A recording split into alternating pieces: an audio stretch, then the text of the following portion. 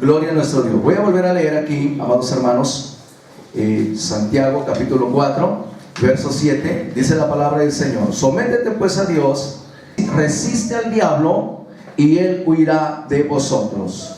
Vamos a leer Santiago capítulo 1, verso 12. Dice: bienaventurado el varón que soporta la tentación, porque cuando haya resistido la prueba, dice la palabra, recibirá la corona de vida que Dios ha prometido a los que le aman. Yo quiero decirte que con fe podemos alcanzar, tú y yo, grandes dimensiones de gloria. Podemos alcanzar grandes dimensiones de prosperidad, pero necesitamos carácter, amados hermanos, porque el carácter es lo que nos va a sostener precisamente cuando estemos en esa cima de gloria. La palabra resistir es una palabra griega y esta palabra tiene varias definiciones. En primer lugar, la palabra resistir es cuando un material es probado precisamente para saber cuánto es su resistencia,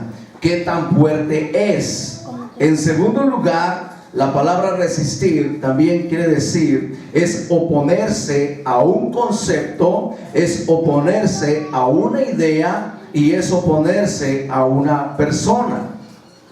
En tercer lugar, también, amados hermanos, la palabra resistir es luchar contra otra persona o es luchar contra una deidad. Y mientras seguimos tú y yo, precisamente en esta ruta de la fe, tú y yo tenemos que trabajar duro. Dile al que está a tu lado: tienes que trabajar duro. ¿Para qué? El propósito es que tú y yo podamos ver la plenitud de nuestro Padre que Él ha prometido para con cada uno de nosotros. Pero para eso es necesario entonces que nos permanezcamos firmes, porque el Padre nos ha dado una promesa a cada uno de nosotros, amados hermanos, y esa promesa es que tú y yo podamos recibir la plenitud de su presencia. Para eso entonces nuestros pensamientos, amados hermanos, tenemos que ponerlos en resistencia, todo aquello que se opone, amados hermanos, a las promesas de Dios. Tenemos que poner resistencia a nuestros propios pensamientos que se oponen a las promesas de Dios. Como punto número 2, tenemos que traer resistencia a los sentimientos expresados por las emociones que también se oponen a lo que nuestro Dios nos ha dicho. Como punto número 3, tenemos que traer resistencia a nuestra propia naturaleza humana. Hablamos de la carne porque la carne constantemente está contradiciendo la verdad, y el Padre realmente desea, anhela, quiere darnos la plenitud de su presencia. Y como punto número 4, debemos hacer resistencia al diablo, porque el diablo se encargará de estorbarnos para que no se cumplan las promesas y las palabras proféticas dadas a nuestra vida. Como punto número 5, necesitamos traer una resistencia a las circunstancias de la vida, que son los obstáculos para que tú y yo podamos llegar a la plenitud. Es por eso que el apóstol Pablo nos sugiere, el apóstol Pablo nos aconseja, y vayamos ahí, 1 Corintios capítulo 10, verso 13, y dice la palabra del Señor: no os ha sobrevenido ninguna tentación que no sea humana. Dice: pero fiel es Dios, que no nos dejará ser tentados más de lo que podamos resistir, sino que dará también, juntamente con la tentación, la salida. ¿Para qué? Para que podamos resistir. Entonces debemos estar conscientes, amados hermanos, que el pecado, debemos estar conscientes que la tentación, y cuando caigamos en ello, detiene, frena, paraliza, obstaculiza la gracia de Dios. Dice la Biblia en Colosenses capítulo 3 que precisamente hay cosas por las cuales la ira de Dios viene sobre los hijos de desobediencia. Así que es importante que tú y yo comencemos a trabajar fuertemente para poder resistir toda tentación que pueda provocar que la bendición de nuestro Padre Celestial pueda venir. Dios quiere bendecir a tus hijos. Dios quiere bendecir tu hogar. Dios quiere bendecir tu matrimonio. Dios quiere bendecir el negocio. Dios quiere bendecir nuestra iglesia. Dios quiere bendecir nuestras vidas. Pero para eso es importante hacer la resistencia, amados hermanos, porque el diablo ciertamente nos va a estorbar para que no se cumplan las promesas que el Padre ha designado para cada uno de nosotros. El Padre ha designado que no es bueno que el hombre esté solo, sino que hará una ayuda idónea para que esté con él. Pero el diablo sabe la palabra profética y él se va a encargar de estorbar para que tu matrimonio sea difícil. Y es ahí donde nosotros necesitamos la sabiduría, es ahí donde nosotros necesitamos inteligencia espiritual para poderle hacer frente al diablo, porque ciertamente si la palabra profética no se cumple, no es por Dios, sino que nosotros necesitamos hacer resistencia. Dile al que está a tu lado, comienza a hacer resistencia. Ahora, es importante, amados hermanos, que tú y yo podamos clamar a Él. Dile al que está a tu lado, hay ángeles que han sido enviados para ayudarte. Mire, vamos a leer aquí precisamente Hechos capítulo 12, verso 5. Y me das un amén cuando lo tengas. Hechos capítulo 12, versos 5 al 8. Y lo voy a comenzar a leer. Dice así: así que Pedro estaba custodiado en la cárcel, pero la iglesia hacía sin cesar oración a Dios por él. ¿Qué hacía la iglesia? La iglesia estaba orando. ¿Qué estaba haciendo Pedro? Dice que Pedro estaba en una situación adversa, ¿verdad? Había caído preso y estaba en la cárcel y estaba siendo custodiado. Verso 6: y cuando Herodes le iba a sacar, aquella misma noche estaba Pedro durmiendo entre dos soldados, sujeto con dos cadenas, y los guardas delante de la puerta custodiaban la cárcel. Y he aquí que se presentó un ángel del Señor. ¿Qué sucedió ahí?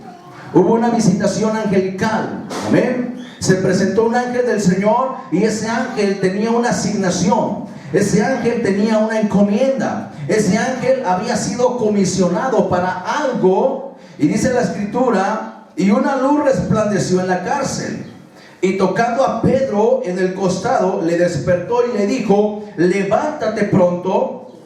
Y las cadenas se le cayeron de sus manos. Yo quiero decirte que la oración precisamente tiene la capacidad de poder invitar a los ángeles a la zona de combate.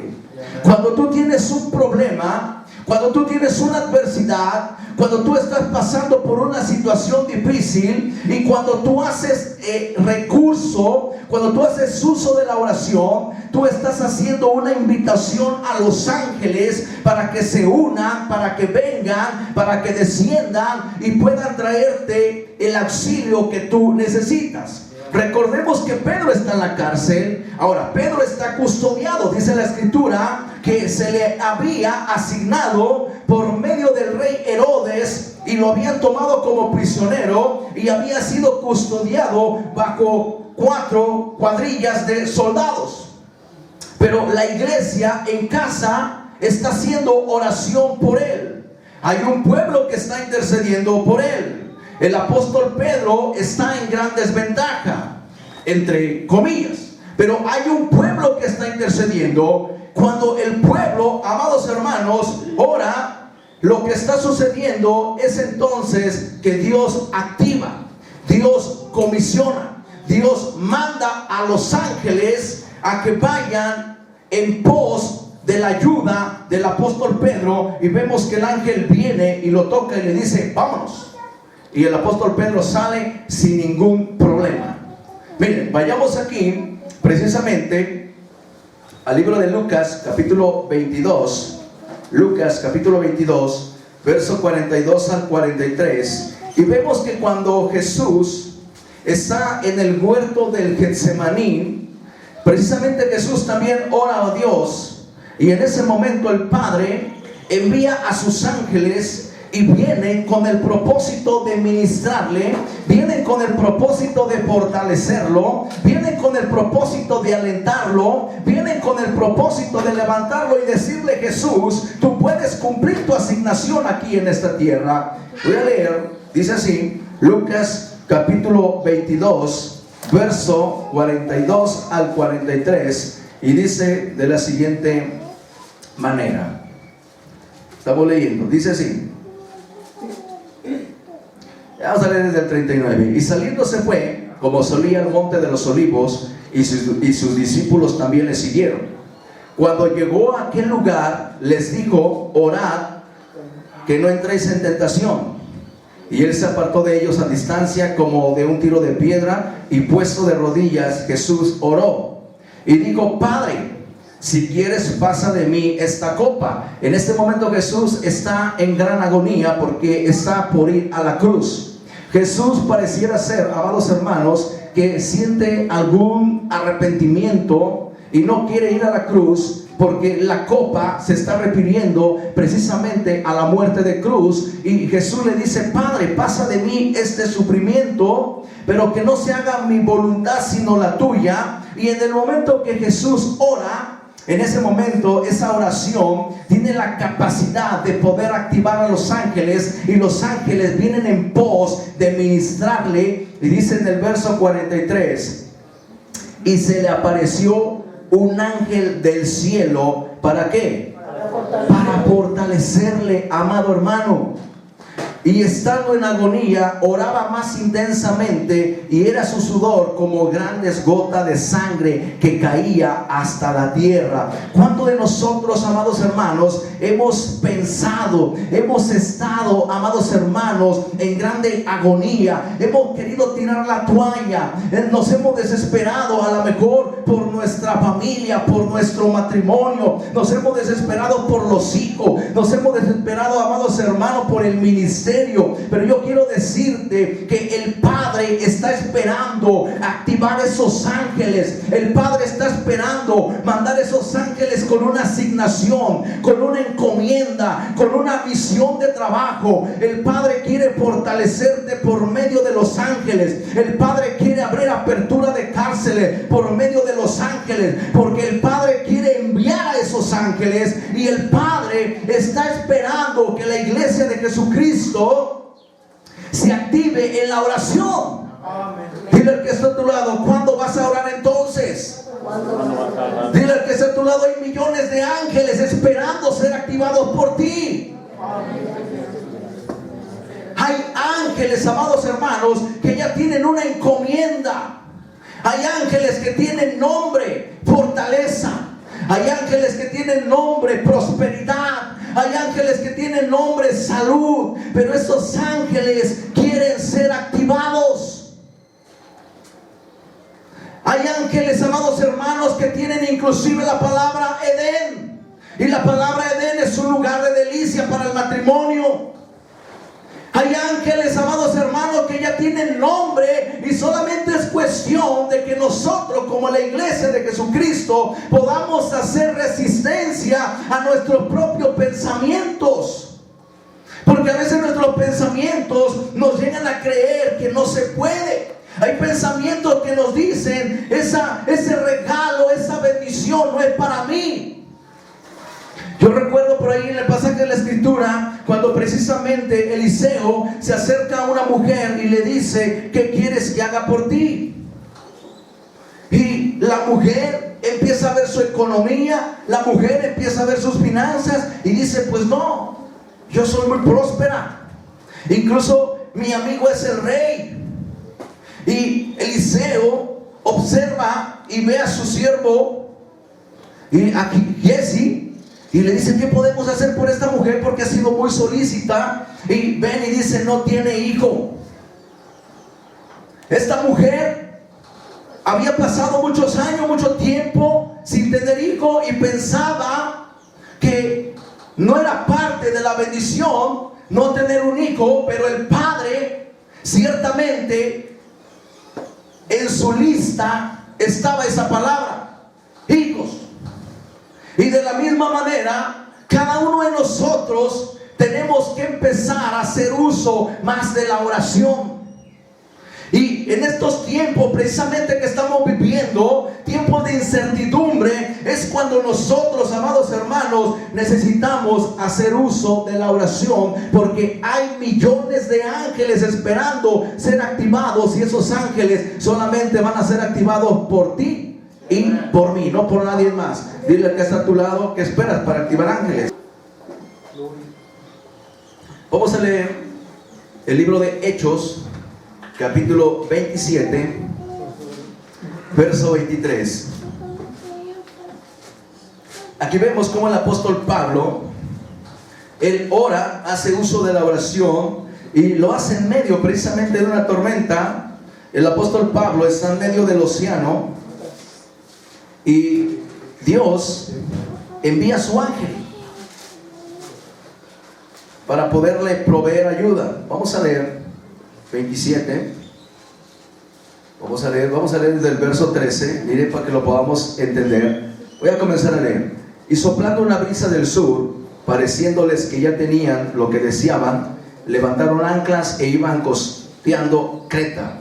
Pero no mucho después dio contra la nave un viento huracanado llamado Euroclidón, y siendo arrebatada la nave y no pudiendo por proa al viento, nos abandonamos a él y nos dejamos llevar.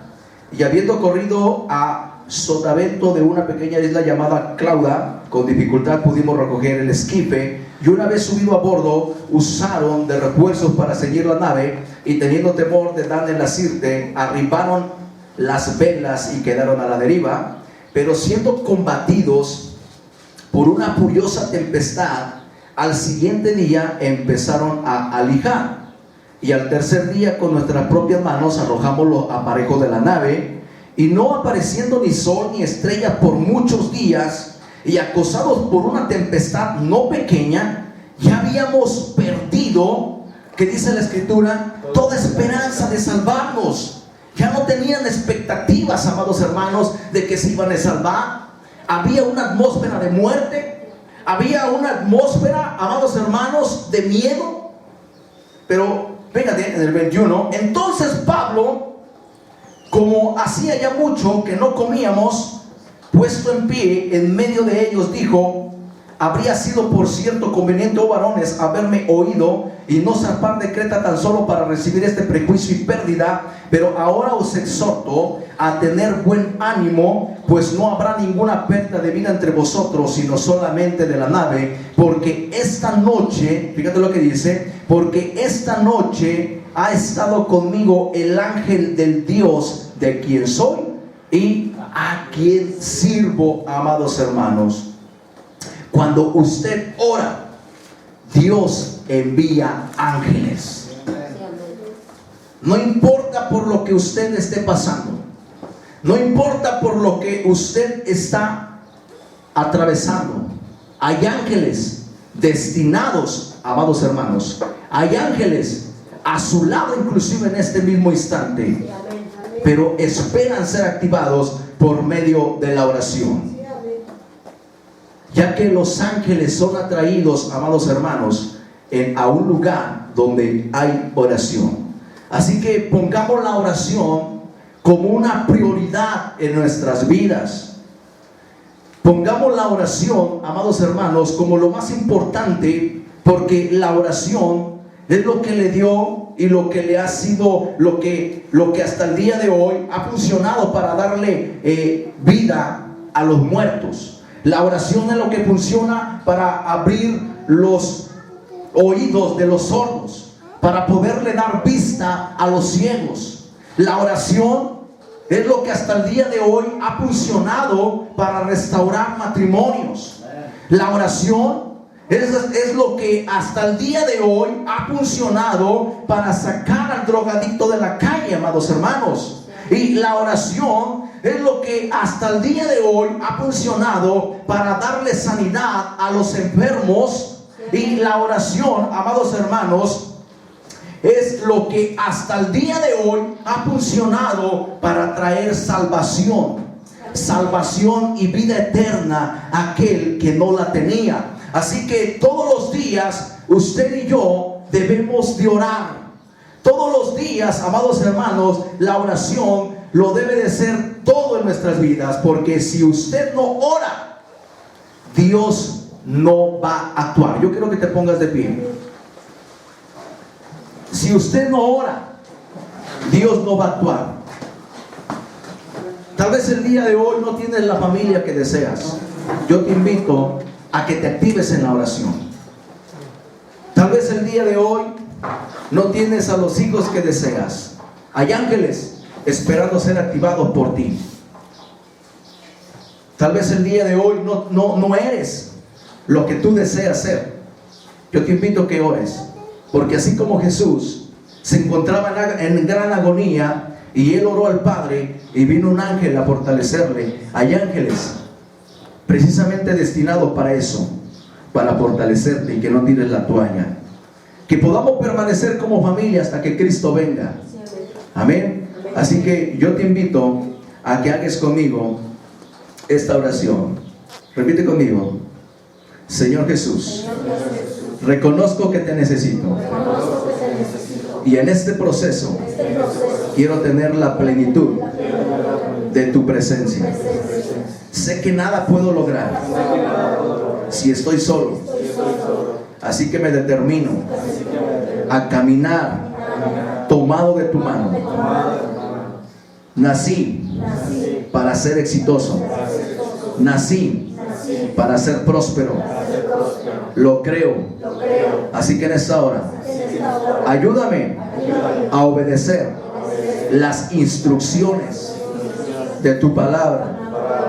Ayúdame a obedecer al Espíritu Santo.